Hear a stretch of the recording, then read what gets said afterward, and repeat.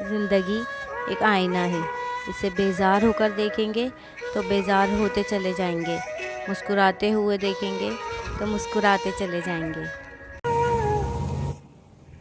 مجھے پسند ہیں وہ لوگ جو اپنے آپ میں مگن رہتے ہیں، سازشیں نہیں کرتے، نفرتیں نہیں پھیلاتے، بس اپنی دنیا میں خوش اور مطمئن رہتے ہیں۔ ہر وہ انسان جس کو میں نے سچے دل سے اپنا مانا، اس نے ہمیشہ مجھے ذہنی اذیت اور آنسوؤں کے سوا کچھ نہیں دیا۔ بس ابھی کسی سے کوئی شکایت نہیں کرتی کیونکہ میری اپنی غلطی تھی۔ میں نے لوگوں کو ان کی اوقات سے زیادہ اہمیت دی ہے۔ کچھ باتیں سن کر لگتا ہے ہر بات سننا ضروری نہیں، کچھ باتیں کہہ کر لگتا ہے چپ رہتے تو اچھا تھا، کچھ باتیں سہ کر لگتا ہے کچھ کہہ دیتے تو اچھا تھا۔ میں آپ کے ساتھ ہوں، یہ لفظ جسے بھی بولیں سچے دل سے بولیں اور سوچ سمجھ کر بولیں۔ ان لفظوں میں چھپی سچائی جیسے دل کو خوشی دیتی ہے، وہاں ان لفظوں میں چھپا دھوکہ بہت اذیت ناک ہوتا ہے، اور یہ اذیت اکثر آہ کی صورت اختیار کر لیتی ہے۔ مجھے میرے الفاظ کھوکھلے لگتے ہیں، مجھے میرے احساسات خالی لگتے ہیں، مجھے اپنا آپ سب سے نیچے درجے پر لگتا ہے، کیونکہ مجھے کوئی نہیں سمجھتا۔ پیٹ میں گیا زہر ایک کی جان لے سکتا ہے، مگر کان میں گیا زہر کئی رشتوں کی جان لے سکتا ہے۔ اسی لیے کان کے کچے مت بنو اور بغیر دلیل کے کسی کی بات مت مانو، ورنہ بہت پچھتاؤ گے۔ اگر کسی کے بارے میں کچھ سنو، پہلے اس کی تصدیق کرو، بدگمانی بہت بڑا گناہ ہے۔ شکوے، شکایت، روٹھنا، منانا، یہ بہت انمول جذبے ہیں۔ ان جذبوں کو ہم ہر شخص پر نہیں لٹا سکتے۔ یہ وہیں جنم لیتے ہیں جہاں رشتوں پہ مان ہو، یقین ہو، دوستی ہو یا محبت۔ جب مان ٹوٹ جائے، یقین بکھر جائے، تو شکوے، شکایات، روٹھنا، منانا جیسے جذبات اپنی موت آپ مر جاتے ہیں۔ میں اچھی ہوں یا بری ہوں میں نہیں جانتی، اور نہ میں کسی اور کی میرے بارے میں رائے پر یقین رکھتی ہوں۔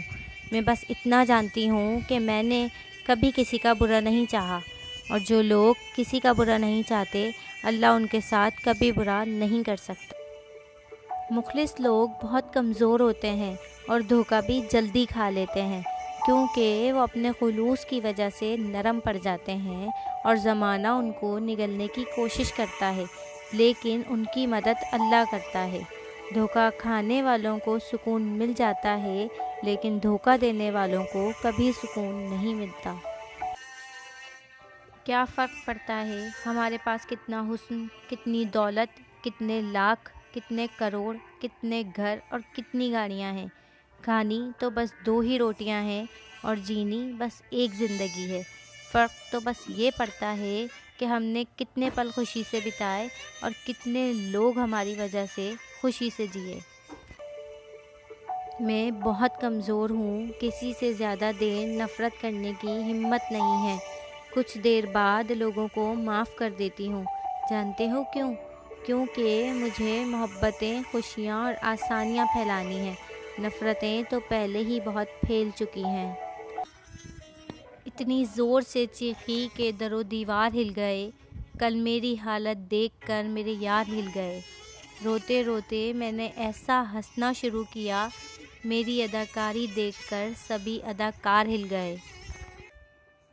اکیلے میں پھوٹ کر رونا اور پھر صبر سے اپنی بکھری ہوئی ذات کو سمیٹ کر لوگوں کے سامنے یہ ظاہر کرنا کہ ہم بہت خوش ہیں، اور غم کیا ہوتے ہیں ہمیں تو یہ معلوم ہی نہیں ہے، ہم تو غم سے آشنا ہی نہیں ہیں، غم تو ہم نے کبھی سہے ہی نہیں ہے، یہ ہوتی ہے اصل اذیت، اور یہ ہوتا ہے اپنی ذات کا انتقال۔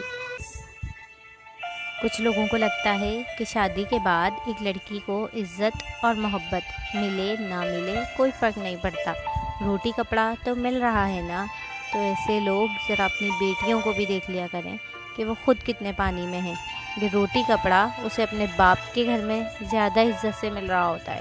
خدا کا خوف ہونا چاہیے، روٹی تو کتوں کو بھی مل جاتی ہے، زندگی تو جانوروں کی بھی گزر جاتی ہے، لیکن انسان کے لیے اس کی عزت سے بڑھ کر کچھ نہیں۔